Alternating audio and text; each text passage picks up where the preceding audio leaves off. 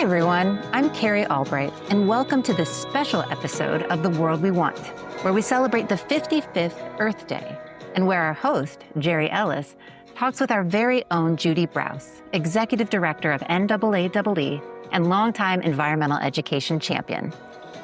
Together, they discuss the role of education in inspiring generations to care, to connect, and to create a better future for us all. They also talk about one of the most powerful tools within environmental education, hope. Not the wishful kind, but an active, informed hope, which serves as a driving force that teaches us to work together and learn together, and together create the world we want. Hi, everyone, and welcome to this special episode of The World We Want, Earth Day 2025. I am super excited to do this because my guest is the Executive Director of NAAEE, Judy Braus. Hi, Judy. How are you? Hi, Gerry. Nice to see you, especially on Earth Day. You know, part of the reason I was excited about doing this with you was because we are celebrating 55 years of Earth Day. And you and I, not to reveal any ages, but you and I actually remember when Earth Day started. Just speak for yourself, Gerry. I'm not that old. Maybe you are. Okay, I will take that one and I'll accept it. I'm very proud that I remember when Earth Day started in 1970. But the thing that's fascinating to me is I don't think that in 1970, when this small cluster of people got together and said, we need to find a day to really focus the world's attention on the planet. I think they hoped, but I don't think they would have thought that 55 years later, millions of people around the world would set this day aside to focus on our planet. And not only all the work that needs to be done, because I think you and I would both agree that there's a ton of work that needs to be done. The fact that it is such an amazing planet, the most incredible biodiversity we could ever imagine, all the incredible living creatures on this planet. And I know both of us have gotten, some really rare opportunities to see some of it. And let's talk about that for a little bit. And especially the role that environmental education has played and nature-based education to really inspiring a new generation to think about this planet in a different way and the positive role that they can play in facing the challenges that we face. That's why I wanted to get you on and just get your thoughts on it, because you've been such an instrumental driver of this, whether it's been in your current role at NAAEE or in previous roles at World Wildlife Fund and at National Audubon Society and other places. Well, Gerry, I agree that it's pretty amazing how many people are engaged in what we might call the environmental movement, but the environment is such a big word and a big movement. And since that first Earth Day, and it started because there were so many environmental issues, and here we are 55 years later, and there are so many environmental issues, social issues, environmental justice issues, and environmental education is still so important, so incredibly essential to how we can address some of the challenges that we face. But it's so much more than that, because it's not just addressing the challenges. Like you said, biodiversity is amazing. Nature is amazing. You can step outside and your stress levels go down, all of that good stuff. So environmental education is trying to do so many different things, including helping people understand how the world works and their role in it, and also what they can actually do to create a better future.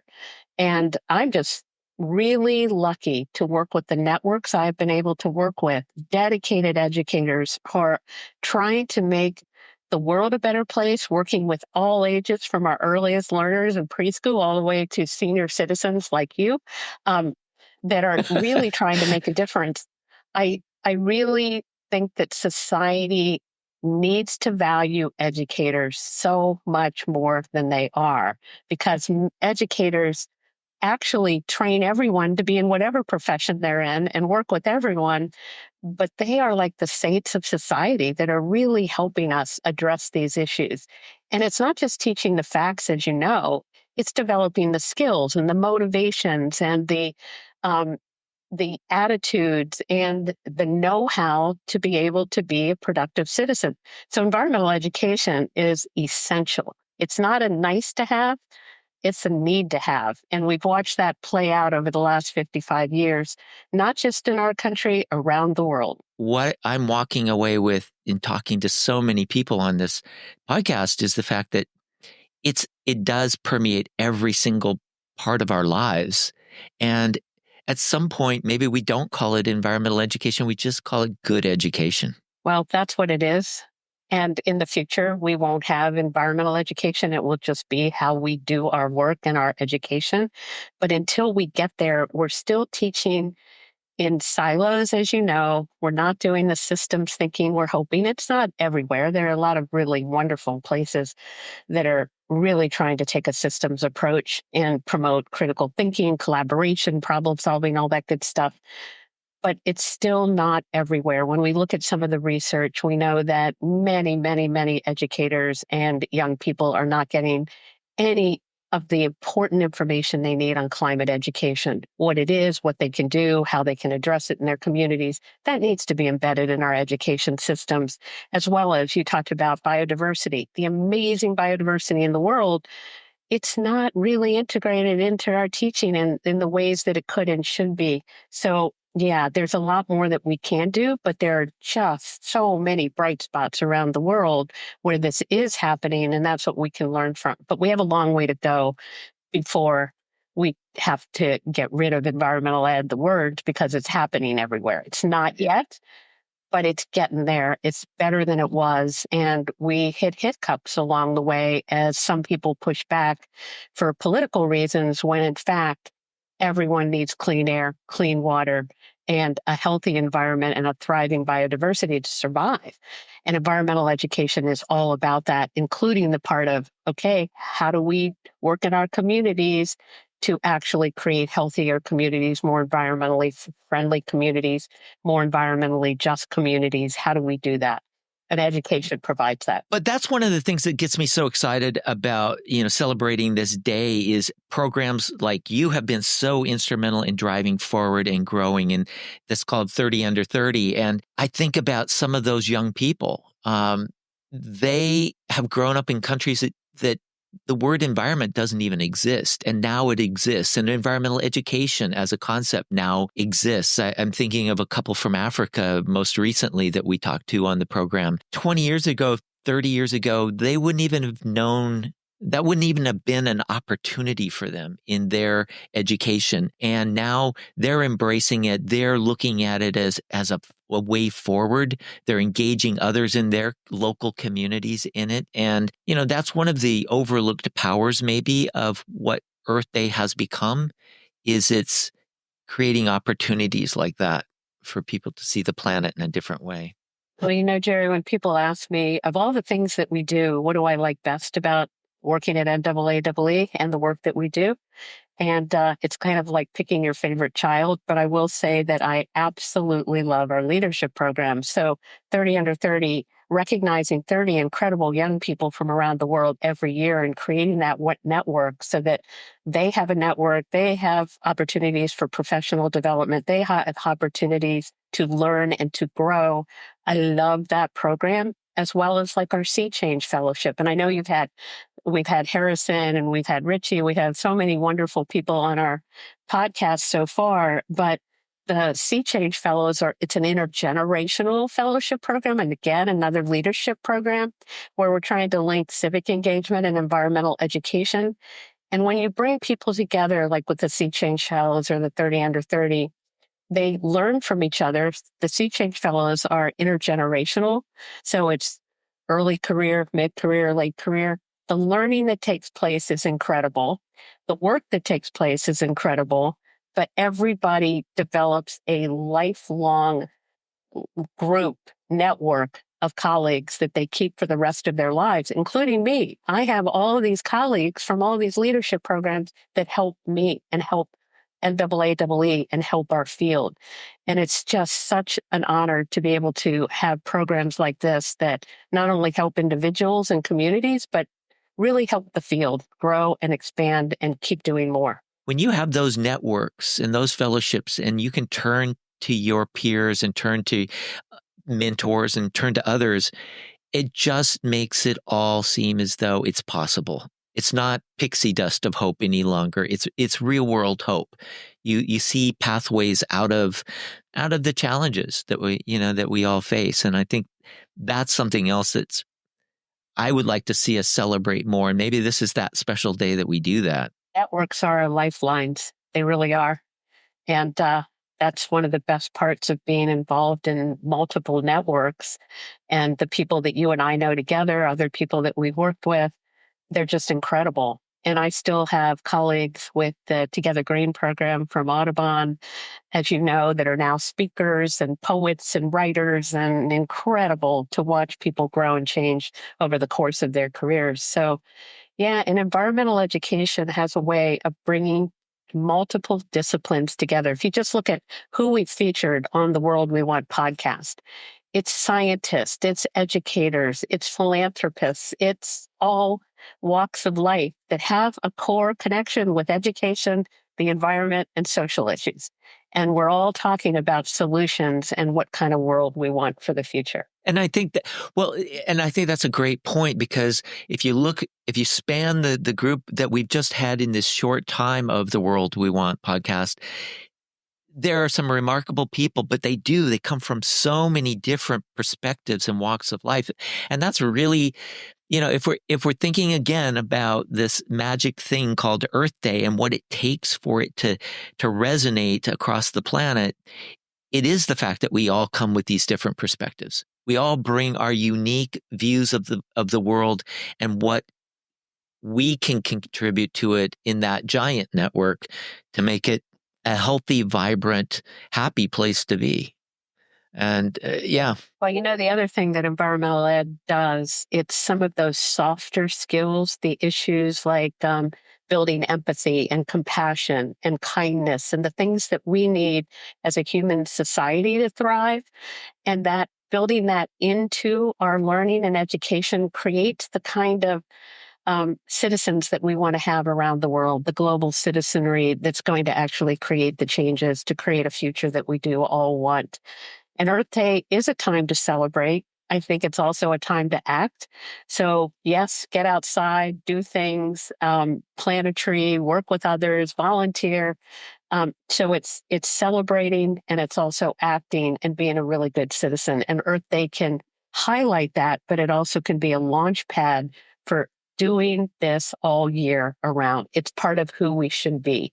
We're all trying to create a better world. We're trying to help young people get the skills, the knowledge, the attitudes, the motivation, and all those like empathy and compassion that we need so much now. And it does matter. I mean, I think it's really easy sometimes. I know we both work on a level at which we see the challenges and we see the funding issues around them and some of the bigger hurdles that are put in front of us to try to get things done. But then I think about the little boy who lives across the street, who's 9 years old from me, and he was talking the other day about their school was building this new garden. His grade school, for the first time ever, they're building a garden, and he was so excited because he was going to get to work in it, and they were doing a bunch of stuff on Earth Day to kind of kick it off, but then it was going to keep going, and and it's amazing spring right now, and so those plants are going to start popping up and growing, and he's going to see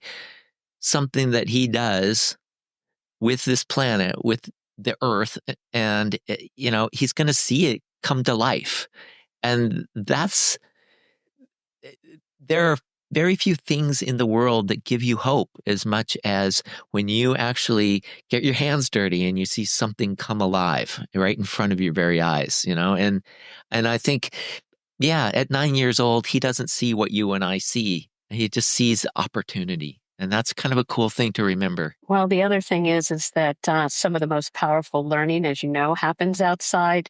And right now, as people are feeling super anxious and stressed out, learning outside can be so healing. And I know you've talked to a lot of people about all the research that's out there about the benefits of spending time outside, learning outside. it really taps into something, as you were saying, that's really deeply human, our need for connection in the natural world. So your little friend is out there and he's seeing things grow, and it's a connection with the environment. And the other thing you mentioned that is a critical part of environmental education is hope. And it's not just Pollyanna hope. We often call it active hope or informed hope, where it keeps you moving forward, that you feel like you have agency to make a difference in the world. That's so important because it is easy to see setbacks or, have problems along the way. The issues are so big. We have to keep in our hearts that, wow, we can do something. No matter who we are, we have power. No matter who we are, no matter what is happening, and collectively, we have superpowers that can really make a difference. And that's another really important part of environmental ed. It's that hope that we can really have the agency to make a difference. We've recorded a podcast for The World We Want with Anna Rathman, who is the executive director at the Jane Goodall Institute. And we were talking about hope and the fact that Jane, that her driving force is hope. She is hope. But the thing that Anna said to me that was really, it made me think about it in a very different way. She said, Jane constantly says hope is a verb. She sees hope as a verb. And I think, as you said, to try to step away from that Pollyanna or pixie dust version of hope is to think, if we start thinking of hope as a verb, it starts coming alive, and it comes alive in programs like 30 Under 30. It comes alive in, the Roots and Shoots program at the Jane Goodall Institute. And there are a number of other programs. I know the IUCN, for example, is developing a Nature for All program. And in all of those programs, I think that's the goal, is making hope a verb so that it becomes active and we're out there, we're living Earth Day every single day. Well, the action piece is really the important part. As you know, one of my favorite quotes is from Pat Schroeder, who said, "You can't wring your hands and roll up your sleeves at the same time." So we got to get out there and do something and not just sit in the dark and worry when things get bad. And the networks, the hope, all of that is really important. And actually doing something is really an antidote to kind of that despair. Kristen Grimm, who you also know, who is an amazing communicator. We just had a town hall meeting with her. And she talks about environmental education as the antidote to doom scrolling. Love that. I love that too. That's great. And it's the antidote to some of the anxiety that we're watching, the anxiety generation. Environmental education is an antidote because it is really helping people understand the issues, but also have the hope and the skills and the knowledge to be able to do something. And it's that know-how that gives you kind of, yes, I can write a letter, I can do this, I can do that. And that's going to get somebody out of a slump and feel like, yeah, together we can make a difference. Absolutely. So since this is called The World We Want, and what would you, and maybe in a different way, not only was the world you want, but what would you want the world to look like on Earth Day 100? Assuming you could look at the Earth for celebrating its 100th anniversary of Earth Day in 2070, what would you want the world to be like? So as you can probably imagine, I've thought about this a lot since we started the podcast. What is the kind of world that I want to see? And I would say it's like what many of our guests have said. It's where people and nature can thrive. It's a world where every child grows up with clean air and clean water, green spaces to play in, where environmental education actually doesn't exist. It's just good education, and it's not a nice to have. It's actually every learner has access to great education, and where people actually do feel empowered and not overwhelmed, and where equity and justice are baked into everything we do. Again, that's not an add-on. That is the core of what we do. And it's where learning it's lifelong, it's inclusive, it's rooted in joy and creativity. That I'd love to see that in a world where people feel a deep sense of belonging to the natural world as we keep, the human population grows, and we have so many environmental issues all coming together, that we can still hold on to the joy and also the fact that we need some bold actions. And I'll just add, I would love to have the world, at the 100th anniversary, celebrate the role of educators and the work that they do in this society to make it a better place, because they are incredible. And really, on this Earth Day, the other thing I would say is that I do hope we all stand up for what we care about, for our environment, for education, for justice, for democracy. I was listening to Robert Rake the other day, and he said courage is contagious. And I just hope everyone listening finds the courage, whatever that means for them. It's different for all of us, to protect our freedom, to learn, to care, to act. All that is super important. So this world we want isn't a dream, Gerry. We can do it. We can get there. And I tell you, the world I would want is that word joy. I hope that we would that would permeate everything that we do. I've always believed that kindness and joy, if those could just dominate everything we do, a lot of the other issues out there would take care of themselves, because they would be smothered in kindness and in joy. So, and I would add compassion and hope. There we go. the verb. Yeah, I have a whole list. and the verb hope. Judy, I want to wish you a very happy 55th anniversary Earth Day. Thank you for doing this. I'm so excited to share this with everybody and share your voice. You have been such a bright spot in my life for the last, we won't say how many decades, but it's been a wonderful journey. And thank you for sharing it. And thanks for being on The World We Want. Thank you, Gerry. And I have loved working with you every single minute. And thanks for all you do to create this world we want. You are pretty darn amazing. So thank you so much, and keep at it. And thank you for being the host of this amazing podcast. Happy Earth Day, Cher. However you're celebrating Earth Day, today and every day, we appreciate the role you play in making a difference in the world. You can find some amazing resources on hope, community engagement, and so many other thoughts shared today on our website, NAAEE.org/podcast. For The World We Want, the NAAEE podcast, I'm Gerry Albright. Thanks for joining us for this special Earth Day celebration.